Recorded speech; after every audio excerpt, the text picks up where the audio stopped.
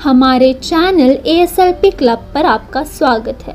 आज हम hearing loss यानी कम सुनाई देने की तकलीफ़ों पर बात करेंगे। कम सुनाई देने के कारणों सुझावों पर चर्चा करेंगे। हियरिंग लॉस को डेफनेस, हियरिंग इम्पेयरमेंट या रिड्यूस्ड हियरिंग भी कहा जाता है। जब सुनने की क्षमता कम हो या बहरापन महसूस हो तो उसे हियरिंग लॉस कह सकते हैं। यह कई ध्वनियाँ सुनने में बाधा डाल सकता है। कई लोगों का यह मानना होता है कि बहरापन बस बुजुर्गों में होता है। हाँ, यह बुजुर्गों में आम है, मगर बहरापन कई कारणों से बच्चों और वयस्कों में भी होता है या हो सकता है, जिसके बचावों और सुझावों से हम आपको संक्षिप्त करेंगे। यह बहरापन एक या दोनों कानों में हो सकता है। यह कान का दोष अलग अलग परिमाण में हो सकता है, जैसे कईयों को सौम्य आवाज़ें सुनने में तकलीफ हो या बहुतों को बड़ी आवाज़ें जैसे विमान आदि की आवाज़ें भी सुनाई नहीं देती हो। WHO यानी वर्ल्ड हेल्थ ऑर्गेनाइजेशन के अनुसार दुनिया भर में लगभग 466 मिलियन लोगों को कम सुनाई देने की तकलीफ़ें हैं, जो कि दुनिया के आबादी का 5% है, जिनमें से 34 मिलियन बच्चों की संख्या है। भारतीय परिदृश्य में देखा जाए तो लगभग 63 मिलियन लोग हैं जो कान दोष के हानि से ग्रस्त है, पर अभी भी यह कान की समस्याओं की जागरूकता कम है। अब कुछ कान के दोष होने के लक्षणों पर बात करते हैं। सुनने में अक्षमता, लोगों की बात समझने में कठिनाई, टीवी और रेडियो के आवाज़ बढ़ाने की आवश्यकता, ऊंचे स्वर सुनने में कठिनाई, अनेक बार लोगों को अपना वाक्य दोहराने की विनती करना, शोर वाली जगहों पर अधिक सुनने की तकलीफ़ें होना, बड़े आवाज़ में बात करने की आदत होना और टेलीफोन में बात करने में मुश्किलें।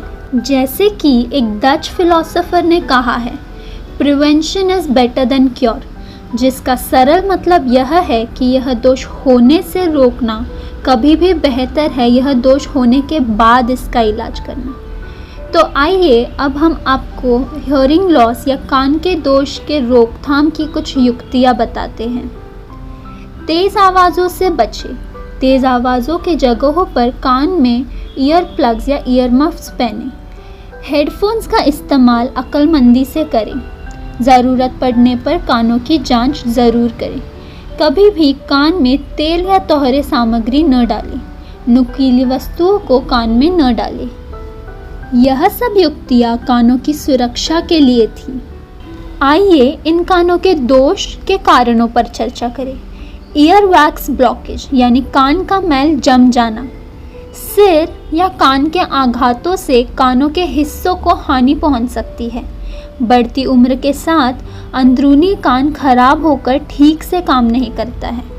बहुत तेज़ आवाज़ों से भी कानों को हानि पहुंच सकती है। यह हानि लंबे समय से तेज़ आवाज़ों के जगहों पर काम करने के कारण या छोटे ज़ोर के धमाके जैसे आवाज़, जैसे कि बंदूक की आवाज़ से भी हो सकता है। कान के पर्दे में छेद होना। यह छेद आघात या ईयर इन्फेक्शन से हो सकता है, जो हियरिंग लॉस होने की संभावना देता है। कई मध्य और अंदरूनी कान के बीमारियों से भी हियरिंग लॉस होता है। कान के इन्फेक्शंस, बहुत सी दवाइयाँ भी होती है जो अंदरूनी कान को हानि पहुंचा सकती है। आनुवंशिक कारण यानी परिवार में किसी को यह समस्या होने से, नसों में खराबी से। मूल रूप से कानों के 3 भाग होते हैं, बाहरी, मध्य और अंदरूनी कान। ईयर पिन्ना और ईयर कैनाल मिलाकर बाहरी कान बनता है। वैसे ही मध्य कान में कान का पर्दा और 3 कान के मसल्स होते हैं, मेलियस, इनकस एंड स्टेपीज। अंदरूनी कान में कॉक्लिया, कान के नस और सेमी सर्कुलर कैनाल होते हैं। यह कान के भागों को जानकर अब आपको कानों के दोष के प्रकार जानने में आसानी होगी। तो कानों के दोष के 3 प्रकार हैं। पहला, कंडक्टिव हियरिंग लॉस। यह कान के मध्य भाग में खराबी होने के कारण होता है। ईयर इन्फेक्शन उसका एक प्रकार है। दूसरा, सेंसरी न्यूरल हियरिंग लॉस। यह प्रकार काफ़ी आम है और यह अंदरूनी कान के खराबी से होता है। तीसरा, मिक्स्ड हियरिंग लॉस। जो कि कंडक्टिव हियरिंग लॉस और सेंसरी हियरिंग लॉस दोनों का मेल है। आइए देखते हैं इसका इलाज क्या है। इसका इलाज कान दोष के तीव्रता और प्रकार पर निर्भर है। कानों के मैल को निकालना। जब कान में बहुत मैल जम जाता है तब वह सख्त हो जाता है। यह कान का मैल कानों में दवाई डालकर या एक छोटे साधन के मदद से डॉक्टर निकालते हैं। हियरिंग एड्स, यह कानों की मशीन है जो कान के पीछे पहनी जाती है। यह मशीन आवाज़ों को दोष के अनुसार आवाज़ बढ़ा करके देती है, जिससे सुनने की दिक्कत कम हो जाती है। कॉक्लियर इम्प्लांट, यह भी एक छोटा यंत्र है जो डायरेक्ट नसों को उत्तेजित करता है। यह यंत्र सर्जरी से बिठाया जाता है। ईयर इन्फेक्शन के लिए एंटीबायोटिक दवाइयाँ। एंटीबायोटिक्स डॉक्टरों द्वारा ईयर इन्फेक्शन के लिए दिए जाते हैं जो बैक्टीरिया होने के कारण होता है। अगर इसका इलाज नहीं करते हैं तो स्थिति बिगड़ जाने की संभावना होती है। सर्जरी, मध्य कान के भागों की प्रॉब्लम्स सर्जरी से ठीक की जा सकती है। सर्जरीज जैसे मायरिंगोटोमी, स्टेपेडेक्टोमी, टिम्पैनोप्लास्टी, साइन लैंग्वेज और लिप रीडिंग।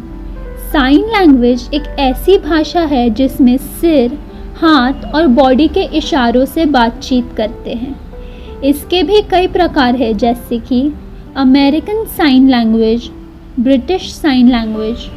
वैसे ही लिप रीडिंग, जिसे स्पीच रीडिंग भी कहा जाता है, जिसमें होठों को पढ़ने की कोशिश करते हैं। यह सब कुछ उपचार थे जो हियरिंग लॉस पीड़ित लोगों को मदद करते हैं। आपको अगर कान का दोष है तो ज़रूर इसका इलाज करें, क्योंकि कान के दोष से व्यक्ति खुद को दूसरों से अलग और बिछड़ा महसूस करता है, जिससे वह डिप्रेशन में भी जा सकता है। काम के दौरान कम सुनाई देने की वजह से उनसे बहुत गलतियां भी हो सकती हैं। उन्हें किसी दूसरे व्यक्ति पर निर्भर रहना होगा। इसके अलावा व्यक्तिगत सुरक्षा में भी बाधा हो सकती है। बच्चों में भी यह सीखने में बाधा डाल सकती है। लोगों में आत्मविश्वास कम करता है। अपने जीवन में सफलता पाने में नाकामयाब हो सकता है। हियरिंग लॉस यह एक ऐसी बीमारी है जो आप खुद पहचान सकते हैं, मगर ध्यान रहे आप इसे नज़रअंदाज करने की भूल ना करें और इसके इलाज के लिए ज़रूर किसी चिकित्सक के पास जाएं। वीडियो देखने के लिए धन्यवाद।